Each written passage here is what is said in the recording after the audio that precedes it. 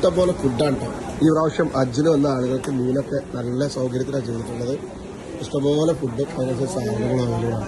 ആരെങ്കിലും കുടുംബക്കാരൊക്കെ food hello എങ്ങനെയുണ്ട് ഫുഡൊക്കെ വിരുന്ന് വന്നാർക്കുണ്ടല്ലേ? ഇഷ്ടംപോലെ ആരെങ്കിലും കുടുംബക്കാരൊക്കെ ഹജ്ജിന് വന്നിട്ടുണ്ടെങ്കിൽ പെരിൽ ടെൻഷൻ എടുക്കണ്ട. പള്ളർച്ച് ഇവിടെ തിന്നാനുള്ള സൗകര്യമുണ്ട്. അതേപോലെ തന്നെ എല്ലാ സൗകര്യവും ഒരുക്കിയിട്ടുണ്ട് ഗവൺമെന്റ്. പെപ്സിക്ക് ടാക്സി എല്ലാ സാധനങ്ങളും ആവശ്യത്തിന് അപ്പുറം ഇതിന് ഗവൺമെന്റിന് പ്രത്യേകം നമ്മള് കാസർഗോഡ് അല്ലെങ്കിൽ തലശ്ശേരി നമ്മളെ അല്ല എല്ലാ ഐറ്റംസും ഇതിങ്ങനെ ഫില്ല് ചെയ്തോണ്ടിരിക്കണ്ട. ഇതിങ്ങനെ കഴിയുന്നതിനനുസരിച്ച് ഇങ്ങനെ ഫില്ല് ചെയ്തോണ്ടിരിക്കും. എത്ര വേണമെങ്കിലും പായാണെങ്കിലും ഫ്രൂട്ടാണെങ്കിലും ഐസ്ക്രീം ഉണ്ട്. കല്യാണത്തിന് വിരുന്നിനെന്നായിരിക്കും ആളുകളുടെ അവസ്ഥ.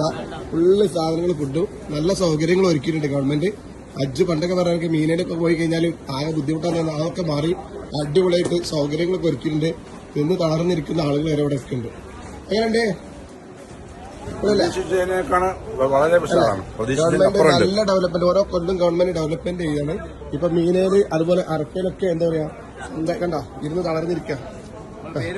ഓക്കെ, നിങ്ങളെ പേര് നിങ്ങളെ പറയണല്ലോ, എനിക്കറിയില്ല. സാലി, മജീദ്, സാറാപുരം, ഷോയിബ് സുബാലിദ. ഇതാണ് മീനയിൽ ഒരു ബുദ്ധിമുട്ടില്ല. വ്യാപാരക്കാരൊക്കെ ഉള്ളത് നല്ല സൗകര്യം, നല്ല ഫുഡ്. കുടുംബക്കാരെങ്കിലും ഹജ്ജിന് വന്നിട്ടുണ്ടെങ്കിൽ ഇതെല്ലാവർക്കും ഒന്ന് ഷെയർ ചെയ്ത് കൊടുക്കുക.